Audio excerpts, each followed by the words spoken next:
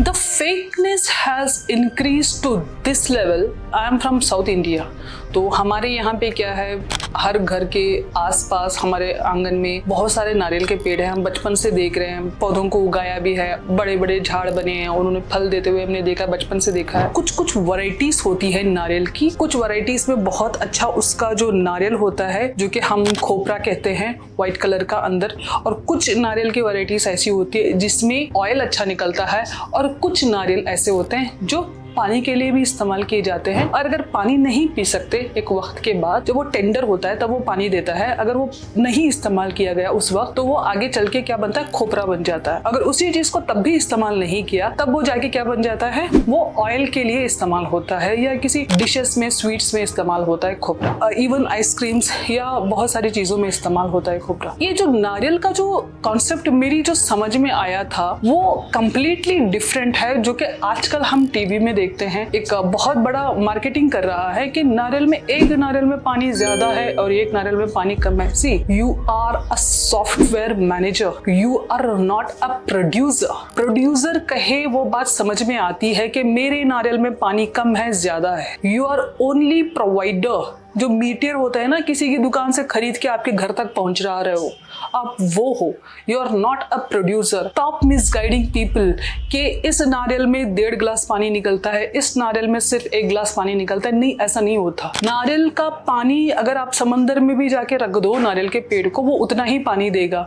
अगर आप रेगिस्तान में भी रख दो तब भी वो उतना ही पानी देगा, क्योंकि उसकी खासियत है पानी को अपने ट्रंक में जमा कर रखना और उसके बाद में अपने फल में पानी को देना। Stop misguiding people. If you want to sell your product, sell it. Do marketing. Say something else. कोई नेचुरल चीज को आप, जो लोकल वेंडर्स हैं, आप उनके जो बिजनेस को आप खराब कर रहे हो। You are turning yourself into monopoly. Is it right for your society? Is it right for your country? No, it is not right. You are simply demeaning your local vendors.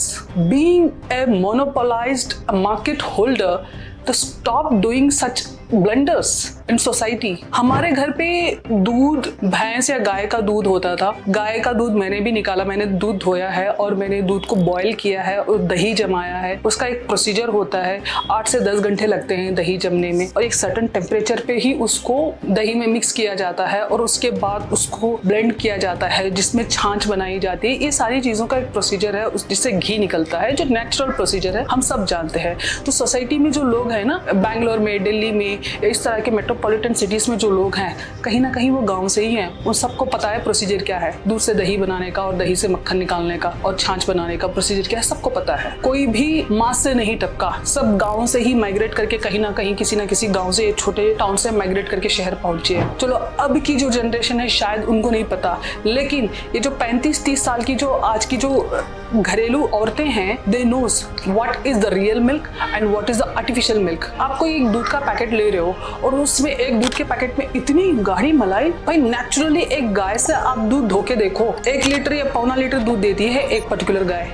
ये बड़ी मुश्किल से कोई गाय होती है जो नए पे आफ्टर गिविंग बर्थ नए पे 1.5 से 2 लीटर दूध दे देती है। बड़ी मुश्किल से रेयर होती है गाय, जो देसी गाय की बात कर रही हूँ मैं। और उस गाय में दूध इतनी मोटी मलाई नहीं आती नेचुरली। आप किसी से भी पूछ लें, किसी गांव में जाना, किसी गाय का दूध धोना और उसके बाद में उसको बॉईल करना, एक बड़ी ब्यूटीफुल सी सुगंध आती है उसमें, उसको सोंधी सी खुशबू आती है। और उसका जो दही बनता है, दही में अलग से खुशबू आती है, बड़ी प्यारी सी। और उसका जब मक्खन निकलता है, और मक्खन तो इतना माउथ वाटरिंग होता है, इतना सॉफ्ट एंड मेल्टिंग होता है, ये वाले दूध में नहीं होता ऐसा। Please don't misguide it. If you are adding some artificial creams, then please say. If you are not adding, then please stop saying it is a natural one. It is not a natural.